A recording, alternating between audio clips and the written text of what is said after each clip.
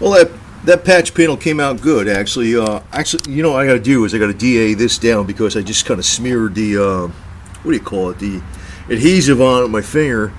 But you can see it's got the shape just like the body line here.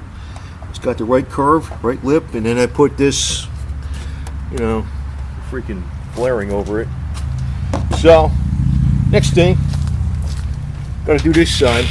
You know, you see all that? It'll put that one on there, and I'm already cutting it out. It's pretty good stuff. Now, I'm probably not gonna. Well, I'm not gonna hold this. I'm holding the camera, and let's see if I hold it with my foot like that or something. So, you see what I mean? It cuts nice and easy.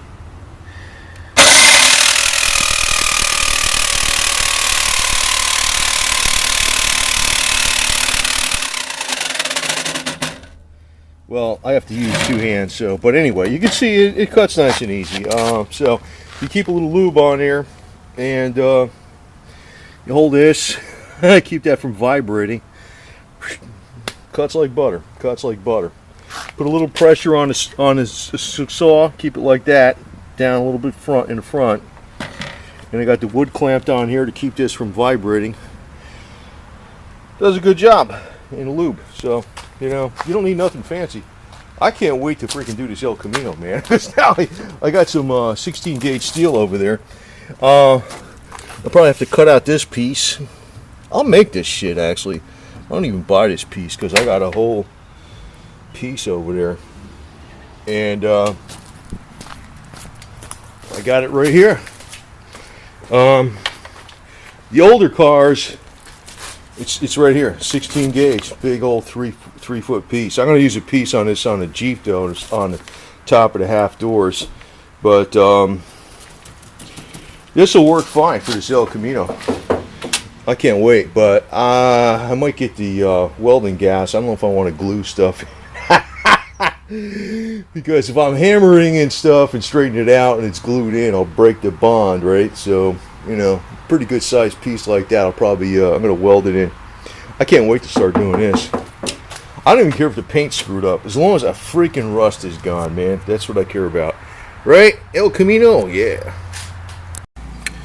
Well, we just ground out the metal there, and I have the patch panel all to the right size, so it's just gonna sit right on here like that.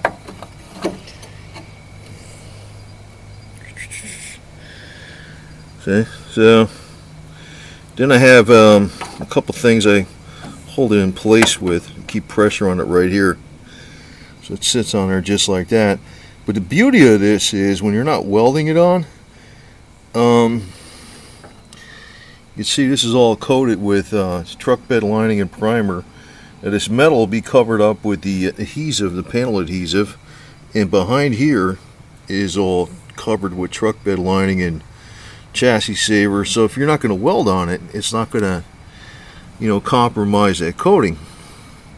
So the panel adhesive will be all across there and across here, and it should be 110% watertight and not rust. So we'll stick it on there, and I got a little tab here that brace it up here. It's ground out.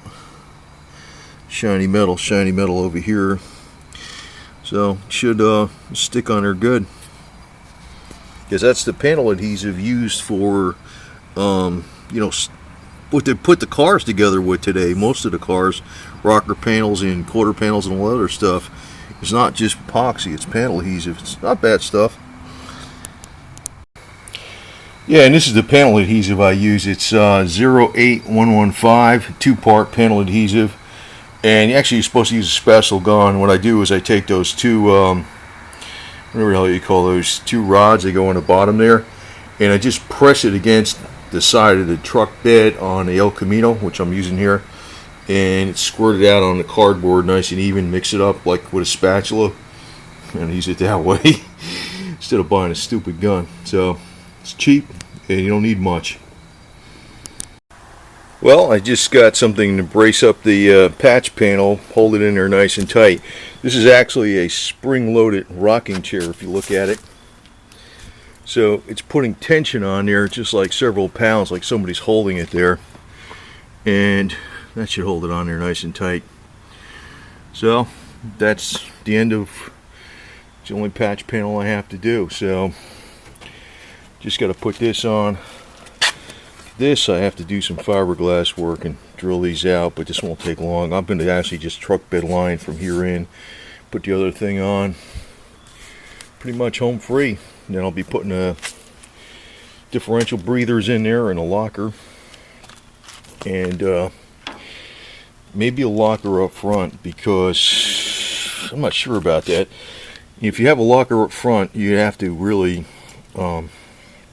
just lock one hub, because just basically it turns it into a ditch finder. But I don't know about that.